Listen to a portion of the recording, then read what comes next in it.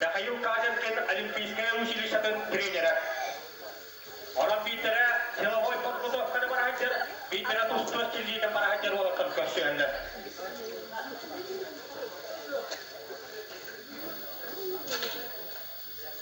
Болаттары ikкен birkenine Sakıgöz'da Çığınay Üniversiteteler öğrenmişleri, onun ikken birken kilden bıraktıhilerge etmektik bilsen, beymelerin bekle bilsen olatları.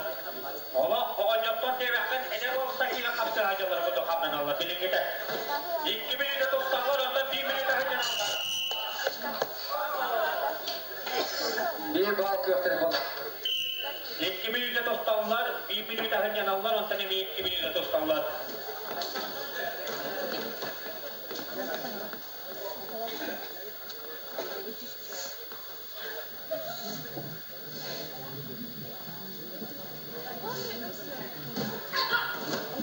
Bir minüte oldu.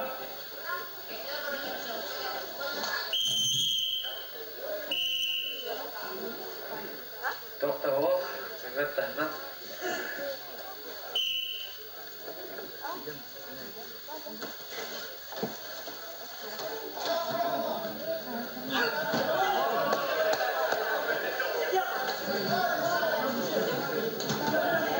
İki bal.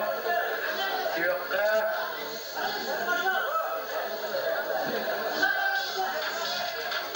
Üçüncü bal.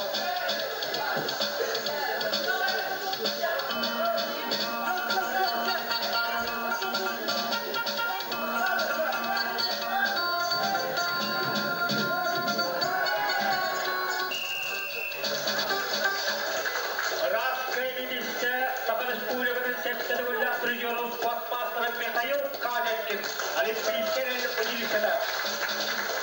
Önüne 4-5 sekündende.